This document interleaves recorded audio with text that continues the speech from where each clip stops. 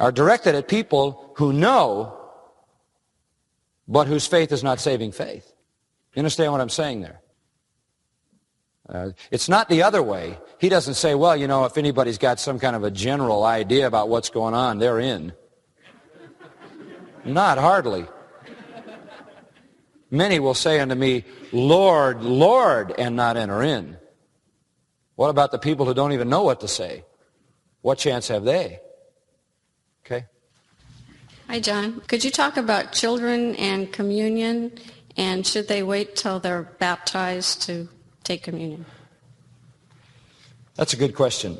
I think it's so hard to know specifically in the life of a child when they reach the age when genuine salvation occurs. I mean, I watched my own 4 children growing up. Never did they rebel against Christ. At what point was their childlike faith saving faith? I don't know.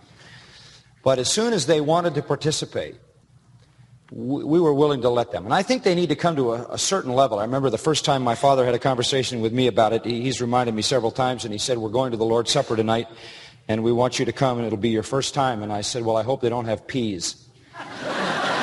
And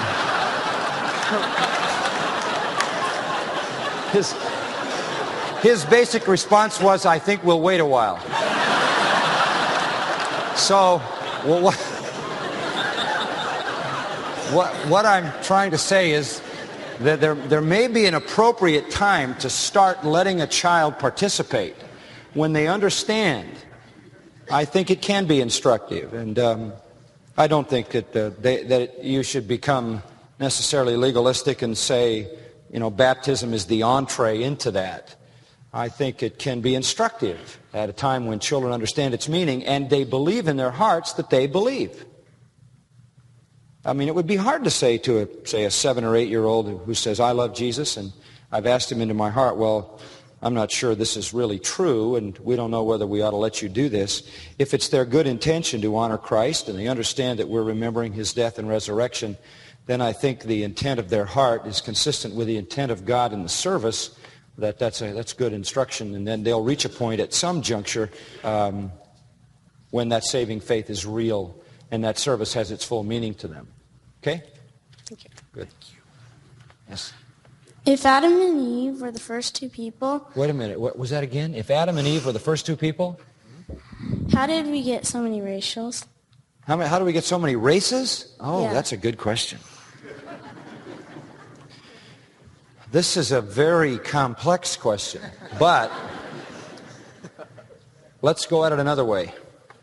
The races that we experience today didn't really come from Adam and Eve. You know why? Because everybody on the face of the earth got drowned, except for Noah and his 3 sons and their wives. So all the races came from Noah and Mrs. Noah, and the three little junior Noahs, Shem, Ham, and Japheth. And they were all, you remember, rescued in the flood, and they came back and began to populate the earth. They obviously, through the years, adapted themselves to their area. They, of course, began to develop, and all the races eventually came. But apart from what might be the scientific and historical explanation, is the statement of Acts 17, where it says, the God who made the world and all things in it, since he is Lord of heaven and earth, does not dwell in temples made with hands, neither is he served by human hands, as though he have need of anything. He made from one every nation. So that's the best answer. Acts 17, verse 26, God, from Noah and Mrs. Noah and Shem, Ham, and Japheth, created the nations. Now, one major component in that happened at the Tower of Babel, of course, where God scattered all the nations all over the face of the earth and changed their languages. So the best answer is right there in Acts 17, God did it. And God sort of tweaked their ears and tweaked their eyes and their nose and their color of their skin and all those genetic, unique things in his creative power through the process of providential genetics to create all the different races. Okay? Hi, John. My name is Stephen, and I was wondering if you could articulate for me your own personal theology. I know that you came from a dispensational background, and I was wondering if you could talk about kind of like the history of your studying the Bible and being confronted with covenant theology and how you've sort of come to the conclusions you've come to and when that happened. Well, let's see. I was born at a very early age, and fortunately was born near my mother, and let's see, what else? No, I was raised in a dispensational environment, there's no question. People used to say of me that his hope is built on nothing less than Schofield's Notes and Moody Press. And I sort of grew up in that dispensational environment, but as I got into seminary, I began to test some of those things, and I have been perhaps aptly designated as a leaky dispensationalist. Or the Reformed people who want to claim me as Reformed say I'm Reformed but confused. But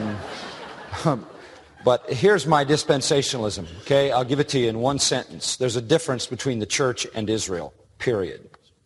If you understand that, you understand the essence of what I believe is a legitimate biblical dispensationalism.